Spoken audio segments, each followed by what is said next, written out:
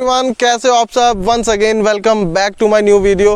तो आज जैसे कि आप देख रहे होंगे मेरे पीछे हिमालयन, जो कि मेरी पर्सनल हिमालयन है, जिसके ऊपर मैंने बहुत सारी ट्रिप्स करी हैं, आपने वीडियोस में देखा ही होगा। तो आज इसका मैं लॉन्ग टर्म रिव्यू देने वाला हूँ। लॉन्ग टर्म एक्सपीरियंस जो मेरा इस हिमालयन के साथ है वो मैं देने वाला हूँ।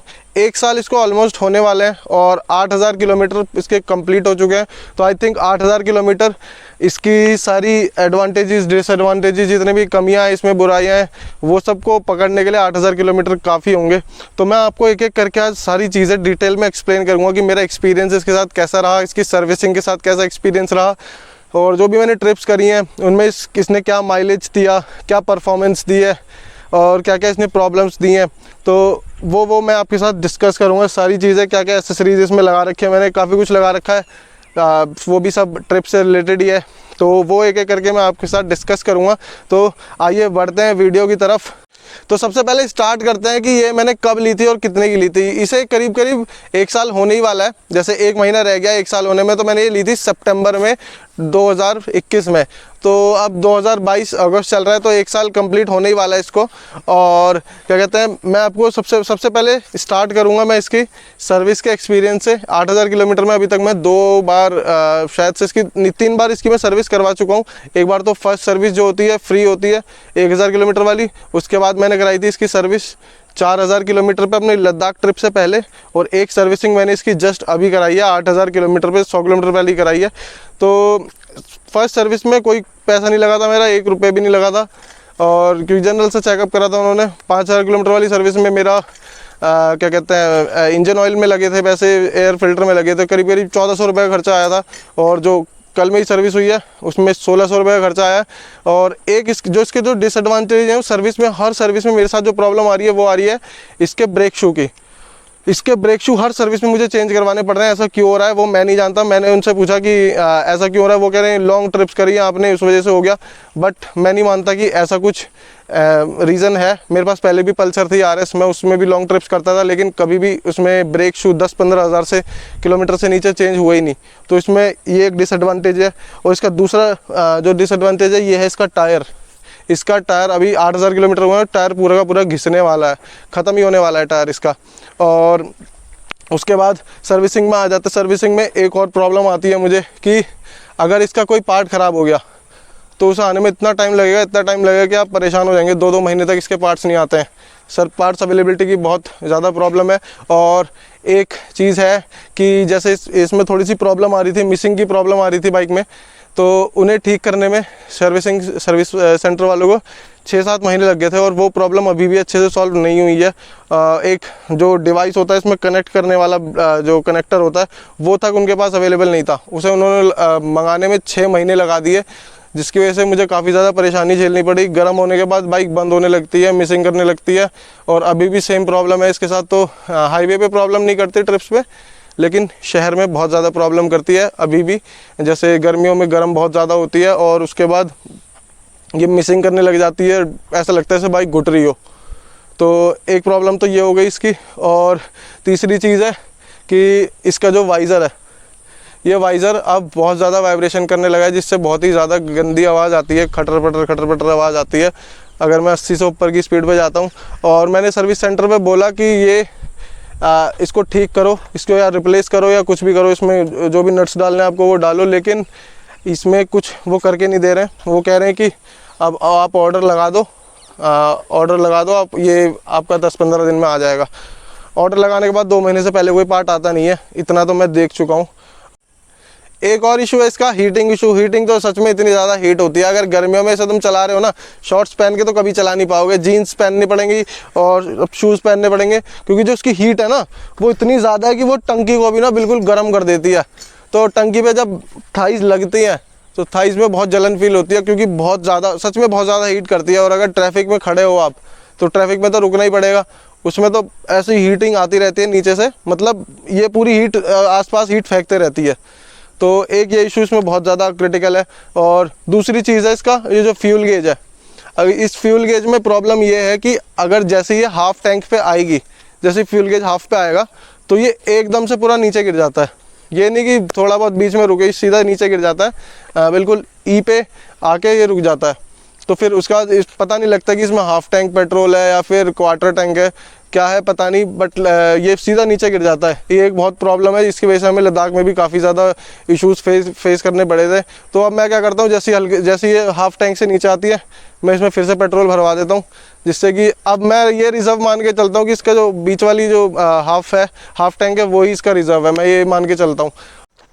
एक और चीज़ है जो इसकी डिसएडवांटेज है, वो है इसका क्लच सीरियसली बहुत हार्ड है। अगर मैं कभी ऑफ रोडिंग करने जाता हूँ या फिर कभी ट्रैफिक में होता हूँ तो क्लच को जो बार बार यूज़ करना पड़ता है, तो उसमें बहुत ज़्यादा दिक्कत होती है। क्लच बहुत ज़्यादा हार्ड है इसका, ट्रैफिक में ज़्यादा देर तक पकड़ के नहीं रख सकते हैं। अगर आप इसको लेने जा रहे हैं तो ये सब जो फैक्टर्स हैं ये सब ध्यान में रखना। और अब आ जाते हैं इसके एडवांटेजेस की तरफ।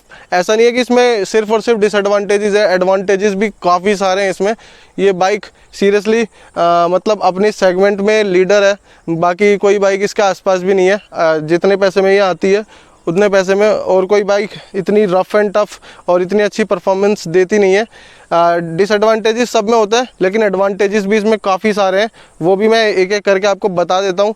सबसे पहले जो इसका 411 सीसी का इंजन है, जो कि प्रोड्यूस करता है 24 PS की पावर और 32 Nm का टॉर्क, जो इसको कहीं भी किसी भी पहाड़ पे आराम से चढ़ने में बहुत ही ज़्यादा अच्छी पावर देता है। और ये कहीं भी आराम से चढ़ जाती है, चाहे कितना ही इस पर 2 लोग बिठा रखे हों, विद लोड बिठा रखे हों, कोई परेशानी नहीं आती। लद्दाख में ही मुझे कोई प्रॉब्लम नहीं आई। जिस जगह पे पल्सर जैसी बाइकें रुक जा रही थी, वहाँ पे मेरी बाइकें मैं एक हाथ से चढ़ा दे रहा था, कोई परेशानी नहीं थी इसमें। ये चीज़ है इसकी जो सस्पेंशन, इसके सस्पेंशन बहुत ज़्यादा अच्छे हैं, बहुत ही ज़्यादा सॉफ्ट है। कहीं भी गड्ढे हो या कुछ हो, कहीं से भी ऐसे ही गुजर जाती है। बस थोड़ा सा खड़े हो जाओ, सैडल करो और कहीं से भी ऐसे ही गुजर जाएगी, आपको पता भी नहीं लगेगा। ऐसा ही मेरे साथ ट्रिप में क्या एक्सपीरियंस हुआ था कि जो पल्सर वाला भाई मेरे साथ था वो पीछे रह जा रहा था, और जहाँ पे गड्ढे वाली जितनी भी ऑफ रोड वाला ट्रैक आ रहा था वहाँ पे मैं सिर्फ खड़े होके एक्सीलेट कर रहा था और बाइक जा रही थी मज़े में आराम से 60-70 की स्पीड में। और कई बार तो ऐसा भी होता पत्थर उड़ा दिए इसने पर अच्छी बात थी कि कोई आसपास था नहीं जहाँ जिसके पत्थर लगे। और दूसरी इसकी जो विंडशील्ड है, ये विंडशील्ड पहले क्या कहते हैं थोड़ी सी छोटी आती थी, तो कंपनी ने इसको इम्प्रूव करा, थोड़ी सी ऊपर कर दी, जिससे कि जो विंड ब्लास्ट थोड़ा कम हो गया है। और नेक्स्ट ये चीज़ कंपनी ने चेंजेस करे। ये पहले पीछे तक आता था, जो कि टॉल जितने भी लोग इसको चलाते थे उनके पैरों में अड़ने लग जाता था। अब उन्होंने इसका थोड़ा सा डिज़ाइन चेंज करा, तो उसके बाद अब ये पैरों में नहीं अड़ता है। और नेक्स्ट आ जाते हैं हम इसकी सीट की तरफ। इसकी सीट की जो कुशनिंग है वो इतनी ज़्यादा सॉफ्ट है कि आपको काफ़ी दूर तक भी आप इसको चलाओगे तो आपको ज़्यादा परेशानी फील नहीं होगी। लेकिन सीट का भी एक छोटा सा इसका जो डिसएडवांटेज है वो मैं आपको बता देता हूँ कि ये सॉफ्ट, कंपनी ने सॉफ्ट तो बना दी, लेकिन उन्होंने सॉफ्ट इतनी ज़्यादा सॉफ्ट कर दी है ये कि अगर आप ज़्यादा देर बैठे रहोगे तो आपका जो आपकी जो थाई है वो यहाँ पे लगने लगती है, इतनी ज़्यादा दब जाती है। तो अगर आप लॉन्ग ट्रिप पे जा रहे हो, let's say 600-700 kilometres single day में चलाते हो, तो रात को आपको थोड़ा थोड़ा पेन यहाँ पे फील हो सकता है, बट वो आप सोओगे तो सुबह तक आराम से ठीक हो जाएगा, कोई उसकी प्रॉब्लम नहीं है। बट लेकिन सीट इसकी बहुत ज़्यादा सॉफ्ट है, पिलियन कंफर्ट भी इसमें काफ़ी अच्छा है। और जो लगेज कैरिंग कैपेसिटी है, मेन चीज़ है इसकी लगेज कैरिंग कैपेसिटी बहुत ही अच्छी है। आप 2 लोग बैठ के यहाँ पे अपना लोड बांध सकते हो। बांधने के लिए यहाँ पे इसमें हुक दे रखे हैं, आप अपने बंजी रोप्स यहाँ पे बांधिए, सामान ला दिए, कोई परेशानी नहीं आएगी। और पावर तो इसमें है ही, भरपूर पावर है, जो आपको बिठा के कहीं से कहीं तक भी पहुँचा सकती है ये बाइक। और इसकी जो क्रूजिंग स्पीड है, क्रूजिंग स्पीड इसकी बहुत बढ़िया है। 90 किलोमीटर्स पे ये बहुत ही अच्छी मक्खन की तरह क्रूज़ करती है, कोई परेशानी नहीं आती है। और इसमें मैंने कुछ मॉडिफिकेशंस भी करा रखे हैं, वो मैं आपको एक एक करके बताता हूँ। तो फर्स्ट मॉडिफिकेशन जो मैंने इसका करा रखा है वो ये है इसकी लाइट्स। ये लाइट्स मैंने लद्दाख जाने से पहले डलवाई थी, HJG की लाइट्स थी। तो ये काफ़ी अच्छी व्यू देती हैं रात में, मतलब पूरा का पूरा चांदना कर देती हैं सामने। जो क्योंकि इसकी स्टॉक लाइट है ना, वो डिसएडवांटेज है इसका, स्टॉक लाइट इसकी पावरफुल नहीं है बिल्कुल भी, तो मुझे एडिशनल लाइट्स की ज़रूरत थी। तो ये लाइट मैंने करोल बाग से जाके लगवाई थी, काफ़ी अच्छी परफॉर्मेंस देती है लाइट। और नेक्स्ट चीज़ जो मैंने लगवाई थी वो इसकी मैंने लगवाया था एक क्रैश गार्ड। ये मैंने जाना से लगवाया था, ये भी दिल्ली से ही, करोल बाग से ही लगवाया था। और एक बार ये बाइक गिरी भी है, बट लेकिन इसने इसको पूरा प्रोटेक्शन दिया है और बाइक में ज़रा सा भी कहीं पे भी स्क्रैच नहीं आया। और हमें भी चोट नहीं लगी। तो ये क्रैश गार्ड टेस्ट में पास हो गया है मेरे लिए। और इसकी कॉस्ट थी क्रैश गार्ड की 3600, जो मैं आपको बता देता हूँ। और ये लाइट्स मैंने लगवाई थी 2200 में। और उसके बाद नेक्स्ट चीज़ ये लगवाई थी मैंने इसमें सैडल स्टे, और ये सैडल स्टे की कॉस्ट थी 2900। ये भी जब गिरा था तो इसमें भी स्टिकर इसमें भी स्क्रैचेस आ गए थे, पर लेकिन इसने भी हमको बचाया था। इसकी वजह से ये जो एग्जॉस्ट है इस पर कुछ भी डैमेज नहीं हुआ।